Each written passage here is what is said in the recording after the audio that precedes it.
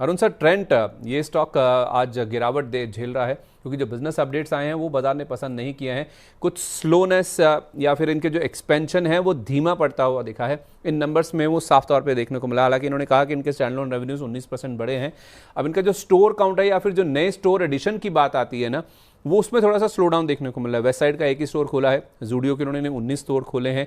कुल मिलाकर देखें तो 1312 स्टोर हो गए हैं इनके, जूडियो के 982 और वेस्ट साइड के 301। ये जो स्लो डाउन है इसी को लेकर चिंतित है। ब्रोकर्स की कुछ मिलीजुली राय भी निकल के सामने आई है, जिसमें सिटी ने एक बड़ा स्ट्रक्चरल चैलेंज उभरता हुआ सामने देखा है और जो कंपटीशन है वो इंटेंसीफाई हो रहा है। ये दो तीन चीज़ें हैं जो कि सिटी की रिपोर्ट में हाईलाइट की गई हैं। हालांकि ज़्यादातर ब्रोकरेज अभी भी बुलिश हैं क्योंकि वो कह रहे हैं कि जो स्लो डाउन है वो सीजनल है, लेकिन स्टॉक प्राइस कुछ और ही बयां कर रहा है। सर, 3000 के नीचे वापस ट्रेंड पहुंच गया है, ये मौका है या फिर इससे निकलने की कोशिश करनी चाहिए? संदीप जी, यहाँ पे निकलने की सलाह नहीं है। मुझे लग रहा है गिरावट थोड़ी बढ़ेगी, ये तो क्लियर संकेत है।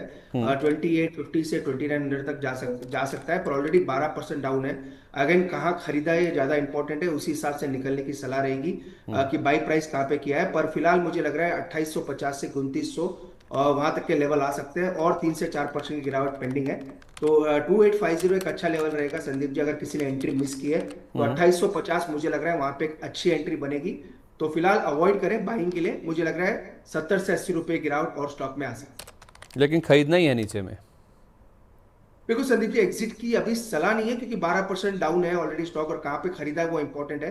पर काफी लोगों की क्वेरी इसमें होती है कि इसको खरीदना कहाँ है। अगर खरीदने की कोई कोशिश करता है या फिर अगर किसी को लेवल चाहिए तो 2850 एक अच्छा लेवल रहेगा इसको ऐड करने का।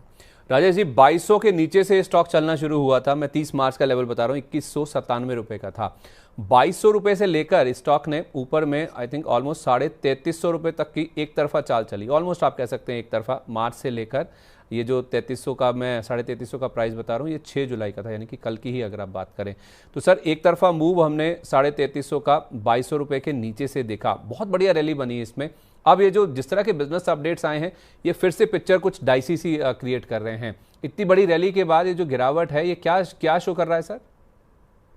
तो देखिए, प्राइस एक्शन आपको सब कुछ बता देता है। स्लो डाउन है, बिल्कुल स्लो डाउन है। और जिस तरह से हम इनके जो स्टोर्स देख रहे हैं वहाँ भी उतना ज़्यादा एक्सपेंशन नहीं है। और क्योंकि स्टोर्स के अंदर हम तो ग्राउंड जीरो की भी रियलिटी चेक करते रहते हैं वहाँ जा करके भी, तो जिस तरीके का एंथुजियाज्म मार्केट में है, लेकिन उनके वहाँ पे स्टोर्स में उतना नहीं दिखता। स्टोर्स कभी बहुत ज्यादा इतने फुटफॉल भी नहीं है, ज्यादा भरे भी नहीं होते, खाली रहते हैं। तो मुझे नहीं लगता कि ये काउंटर अभी बहुत बड़ी रैली दिखाएगा। ड्रीम रन इसका पूरा हो चुका है। जैसा कि अभी अरुण जी ने बोला कि जो लेवल है, मैं थोड़ा और मॉडिफाई कर दूं 2700। अगर ये 2700 ब्रेक कर दिया तो फिर ये पिछले लोज भी ब्रेक करता हुआ दिखेगा। तो बिल्कुल इसको किसी भी उछाल पर एग्जिट ही करना चाहिए। अगर आपको एक काउंटर 3100 3150 भी मिलता है तो एग्जिट लेने में ही भलाई है। ऊपर जाएगा तो बात की बात है, अपसाइड लिमिटेड है। तो और दूसरे स्टॉक्स है जहां इन्वेस्ट करके रख सकते हैं। इस वाले काउंटर से तो दूर ही रहेंगे तो बेटर है। ठीक है।